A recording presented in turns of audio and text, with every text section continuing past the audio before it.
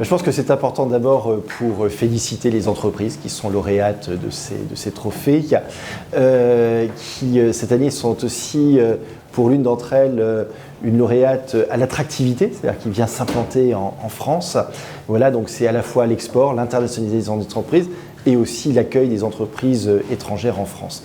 Et puis, c'est aussi un moyen de rendre un hommage appuyé à CCI France Internationale, parce que la CCI à l'international, c'est 119 chambres dans plus d'une centaine de pays.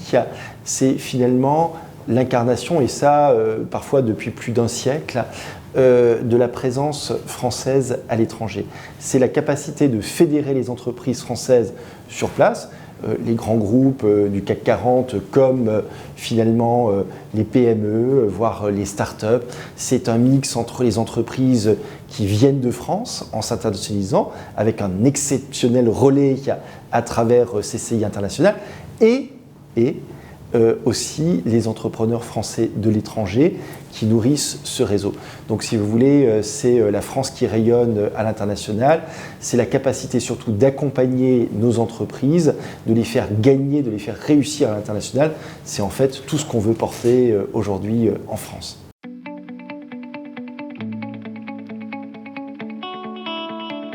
Bien écoutez, il y a d'abord, il faut bien le dire, des chiffres qui ne sont pas très bons. C'est le déficit de la balance des biens, qui s'est élevé à plus de 164 milliards d'euros l'année dernière, essentiellement du fait de la problématique énergétique. Les coûts de l'énergie ont beaucoup augmenté, ils ont triplé sur les marchés, et puis la France a dû importer de l'énergie parce que notre parc de centrales nucléaires était à l'arrêt du fait des 2 années de maintenance durant la Covid qui n'avaient pas été faites et qu'il fallait rattraper. Bon.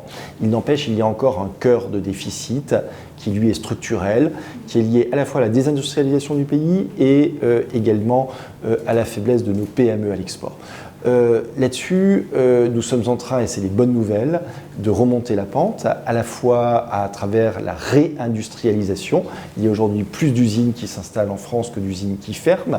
C'est une très bonne nouvelle, d'autant que ça s'intègre dans le cadre du plan France 2030 avec de nouvelles priorités industrielles, que ce soit les énergies du futur, que ce soit les mobilités du futur, que ce soit la transition digitale ou encore la santé, pour ne citer que ces 4 domaines, mais il y en a bien sûr d'autres comme le spatial, que j'aurais aussi pu mettre en exergue.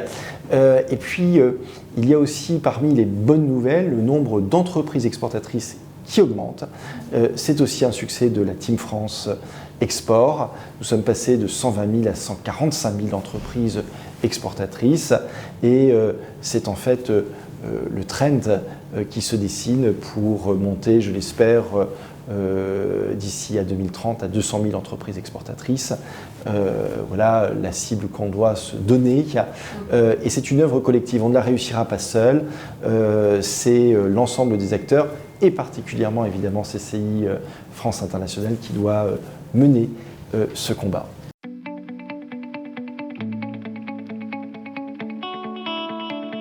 Eh bien, dans le cadre du plan export, oui. Voilà. Je pense que, si vous voulez, ma conviction, si vous voulez, c'est que l'export, c'est d'abord un état d'esprit. C'est une affaire d'hommes et de femmes dans les territoires, et une affaire d'accompagnement. D'ailleurs, on le voit, les entreprises qui sont accompagnées par la Team France, 94% d'entre elles restent à l'export, alors qu'il y en a moins de 40% pour celles qui ne sont pas accompagnées. Donc, nous devons aujourd'hui mettre les moyens sur l'humain, c'est-à-dire tisser des réseaux, aller voir les chefs d'entreprise, quasiment faire du porte-à-porte, voilà, pour aller les convaincre que l'export, c'est non seulement une opportunité pour augmenter le chiffre d'affaires de leur entreprise, mais c'est aussi une nécessité pour diversifier les marchés et donc ne pas dépendre d'un seul marché. Voilà, si vous voulez, la véritable logique que nous souhaitons mettre en place.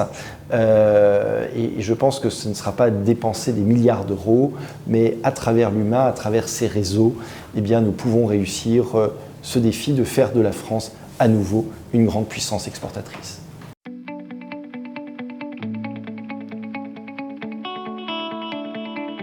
Rappelez-vous, quand j'ai pris mes fonctions il y a un an, j'avais vraiment mis l'accent sur le fait de valoriser les entreprises françaises à l'étranger et les entrepreneurs français de l'étranger.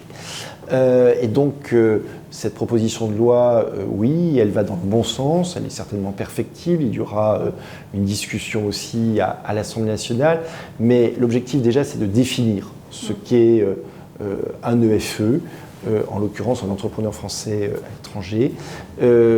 Comment est-ce qu'il participe finalement au rayonnement de la France, à sa dynamique économique, et derrière, comment est-ce qu'on peut le valoriser à travers un label qui lui sera attribué. Voilà, si vous voulez, l'essentiel de cette proposition que nous soutenons.